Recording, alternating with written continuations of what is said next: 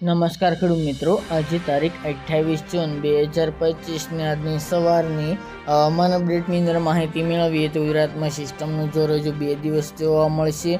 30 તારીખથી ગુજરાતમાં ધીરે ધીરે વરસાદની શક્યતા ઓછી જોવા મળી શકે છે, પરંતુ આ રાઉન્ડ લાંબો ચાલવાનો છે. છૂટાછવાયા વિસ્તારની અંદર રેડા ઝાપટા 4-5 જુલાઈ સુધી યથાવત જોવા મળશે. નવો રાઉન્ડ ભારે વરસાદનો ક્યારે આવશે તેની પણ માહિતી આપણે આ વિડીયોની અંદર મેળવીશું. ચેનલમાં નવા હોય તો ચેનલને સબસ્ક્રાઈબ કરી નાખજો અને વિડીયોને લાઈક આપીને તમામ ખેડૂત ભાઈને શેર કરી દેજો. હાલ મિત્રો, છેલ્લા 2 દિવસથી ફરી પાસે વરસાદની ગતિવિધિમાં વધારો થઈને ફરી ઘટાડો જોવા મળી રહ્યો છે. ગઈકાલના રોજ દરમિયાન જે સિસ્ટમનો ઘેરાવ હતો તે મુજબ હાલ વરસાદ નહોતો જોવા મળ્યો, પરંતુ સિસ્ટમ પૂર્વ દિશામાં અરબી સમુદ્રમાં હોવાને કારણે હાલ ગુજરાતની અંદર ઓછી તીવ્રતા ગઈકાલના રોજ દરમિયાન જોવા મળી હતી, પરંતુ આજે આ સિસ્ટમ હજુ પણ સક્રિય છે, અરબી સમુદ્રમાં છે, પરંતુ તેની અસરો સૌરાષ્ટ્ર, દક્ષિણ ગુજરાત અને કચ્છના ભાગોની અંદર જોવા મળી શકે છે. દક્ષિણ ગુજરાતની અંદર કોઈ ખાસ સંભાવના નથી.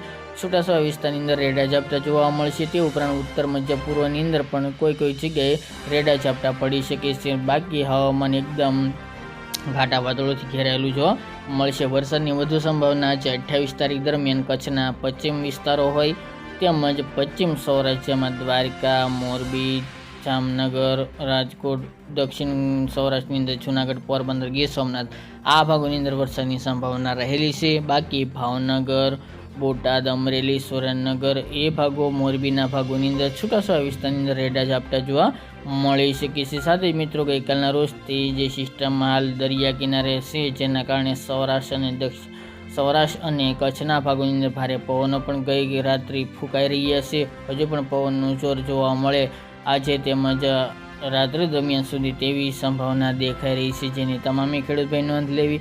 આવતીકાલે 29 તારીખથી મિત્રો વરસાદની ગતિવિધિમાં ઘણો બધો ઘટાડો જોવા મળશે અને 1 જુલાઈથી આમ જોવા જઈએ તો ઘણા બધા ભાગોની અંદર વરાપ જોવા મળે તેવી સંભાવના રહેલી છે. હવે મિત્રો, જે રાઉન્ડ છે એ કોઈ ભારે વરસાદ હમણાં 5 તારીખ સુધી નહીં જોવા મળે.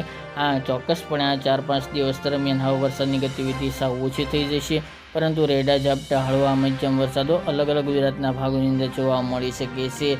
હાલ મિત્રો, વાત કરીએ તો ગુજરાતના અનેક ભાગોની અંદર હજુ પણ વરસાદની ઘટ છે, તેમજ ઘણા બધા વિસ્તારની અંદર સારા વરસાદો નથી થયા, સારી વાવણી લાયક વરસાદો પણ નથી થયા.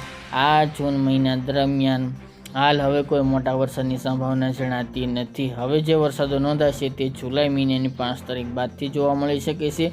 આ મિત્રો, 2025નો જુલાઈ મહિનો પણ અતિ ભારે હોય તેવી સંભાવના રહેલી છે. સૌરાષ્ટ્ર અને કચ્છમાં ભારેથી અતિ ભારે વરસાદના પણ સંકેતો જોવા મળી રહ્યા છે. તે ઉપરાંત ઉત્તર ગુજરાતની અંદર આ વર્ષે વધુ અસર જોવા મળશે અતિ ભારે વરસાદની. વિસ્તારથી અપડેટ આગામી દિવસની અંદર જણાવશું.